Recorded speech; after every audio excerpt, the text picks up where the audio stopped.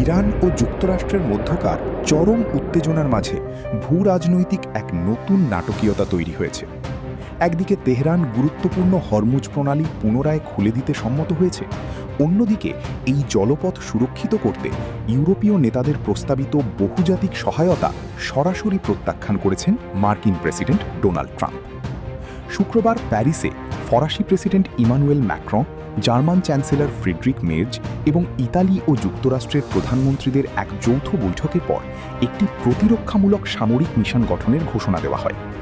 British প্রধানমন্ত্রী কিয়ার স্টারমারের মতে এই মিশনের প্রধান লক্ষ্য হবে বিশ্বে 1/5 জ্বালানি পরিবহনকারী এই জলপথে নৌ চলাচলের স্বাধীনতা নিশ্চিত করা। তবে ট্রাম্প তার ট্রুথ সোশ্যাল অ্যাকাউন্টে এই প্রস্তাবকে উপহাস করে ন্যাটো মিত্রদের অকেজো বলে অভিহিত করেছেন।